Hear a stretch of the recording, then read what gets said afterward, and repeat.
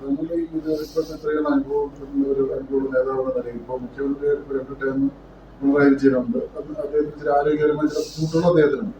ഇനി വരുന്ന തെരഞ്ഞെടുപ്പ്, വരുന്ന നിയമസഭാ തെരഞ്ഞെടുപ്പ് ഏത് നേതാവിനെ മുൻനിർത്തിയായിരിക്കും CPM അടുത്ത നിയമസഭാ തെരഞ്ഞെടുപ്പിനെ നേരിടുക? ആ ചോദ്യത്തിന് യാതൊരു അർത്ഥമില്ല. കാരണം കമ്മ്യൂണിസ്റ്റ് പാർട്ടികൾ ഏതെങ്കിലും നേതാവിനെ കാണിച്ച് ഇലക്ഷൻ വർക്ക് ചെയ്യില്ല. കമ്മ്യൂണിസ്റ്റ് പാർട്ടി ആണ്, പാർട്ടിക്കാണ് വോട്ട് ചെയ്യുക. പാർട്ടി പറയുന്ന പരിപാടിക്ക് വോട്ട് ചെയ്യണം, അല്ലാതെ വ്യക്തി രണ്ടാമത്തെ കാര്യമാണ്. എന്നാൽ ഭേദപ്പെട്ട ഒരു വ്യക്തി ആവണം അടുത്ത മുഖ്യമന്ത്രി എന്നുള്ളതെല്ലാം തീരുമാനിക്കാന്നുള്ളതേ ഉള്ളൂ. അതിനകത്ത് ഒരുപാട് ആളുകളുണ്ട്. പിണറായി ശക്തനായ ഒരു നേതാവാണ്. അത് കഴിഞ്ഞാൽ ആരാണെന്ന് തോന്നിയിട്ടുണ്ട്? തൊട്ടടുത്ത് ആരും വരാൻ പറ്റില്ല ഇപ്പം. അതിനകത്ത് വേറെ ഒരുപാട് പ്രശ്നങ്ങളൊക്കെ ഉണ്ട്. ആ പാൻഡോസ് ബാഗ്സ് ഞാനിപ്പോൾ തുറക്കില്ല. അവരുടെ പാർട്ടിയുടെ ആഭ്യന്തര പ്രശ്നങ്ങളാണ്. അതിലൊന്നും ഞാൻ തൊടില്ല. അവരെ പോലെ ഒരു പാർട്ടി കൂടെ ഇല്ലെങ്കിൽ എന്തായിരിക്കും അവസ്ഥ എന്നുള്ളതും ആലോചിക്കേണ്ടതാണ്. അതുകൊണ്ട് പിണറായി വിജയനെ എല്ലാവരും കൂടി പിച്ച് ചീന്തി എറിയുന്നത് കാണുമ്പോഴാണ് ഞാനിപ്പോൾ പല മീഡിയയിൽ ഞാൻ പിണറായിയുടെ പറ്റി പറഞ്ഞപ്പോൾ ഒരുപാട് ആളുകൾ എന്നോട് ചോദിച്ചപ്പോൾ പാർട്ടിയെല്ലാം മാറി CPM കൂടെ ഞാൻ പറഞ്ഞു എൻ്റെ അനുഭവം ഞാൻ പറയുന്നുള്ളതല്ലാതെ അതെന്താ പിണറായിക്ക് വേണ്ടി തന്നെ ഞാൻ പറയും. വേറെ ആർക്കും പറയേണ്ട കാര്യമില്ലല്ലോ എനിക്ക്.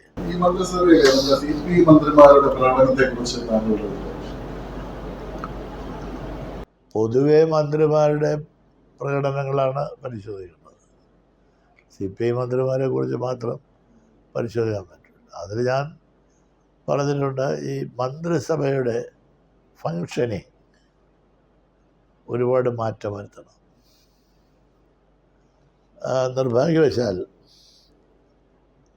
പിണറായി അതിലൊന്നും ഈ അടുത്ത കാലത്തായി ശ്രദ്ധിക്കാറില്ല. പിണറായിയുടെ ഒരു ശ്രദ്ധ കുറവാണ് കേരളത്തിൽ ഇന്ന് കാണുന്ന ഭരണരംഗത്തുള്ള വീഴ്ച. മന്ത്രിസഭയെ കറക്റ്റ് ചെയ്യണം. മന്ത്രിമാരുടെ പോർട്ട്ഫോളിയോയിൽ ഇടപെടാനും പ്രശ്നങ്ങൾ പരിഹരിക്കാനും ഇങ്ങനെ ഒരു മന്ത്രിസഭയുടെ നേതൃത്വപരമായ എല്ലാ പങ്കുവഹിക്കാനുള്ള പരമാധികാരം മുഖ്യമന്ത്രിക്കുണ്ട്. റൂൾ ഓഫ് ബിസിനസ്സിൽ പറഞ്ഞിട്ടുണ്ട്. CM എന്ന് പറയുന്നത് CM പറയുന്ന ആളുകളും മന്ത്രിമാരാണ്, അല്ലാതെ മന്ത്രിമാർ പറയുന്ന ആൾ CM അല്ല.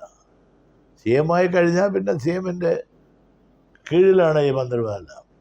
അപ്പോൾ അവരെ സമയാസമയങ്ങളിൽ വിളിച്ച് ആ വകുപ്പുകളിൽ നടക്കുന്ന സംഭവങ്ങളെക്കുറിച്ച് അന്വേഷിക്കാനും കറക്റ്റ് ചെയ്യാനും പിണറായി വിജയൻ ശ്രദ്ധിക്കുന്നുണ്ടോ എന്ന് ജനങ്ങൾക്കിപ്പോൾ സംശയമുണ്ട്.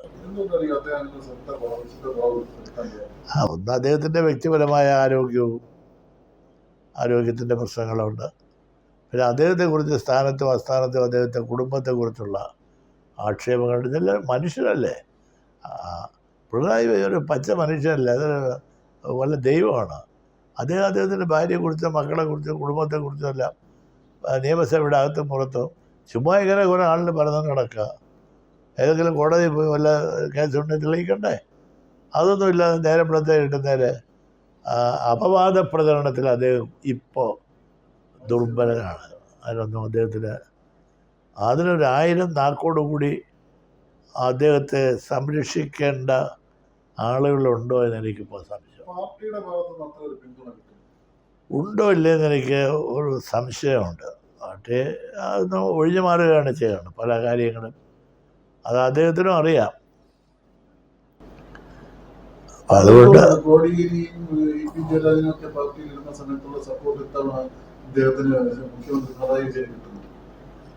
കോടിയേരി ഉള്ളപ്പോൾ ഫുൾ സപ്പോർട്ടാണ്. കോടിയേരി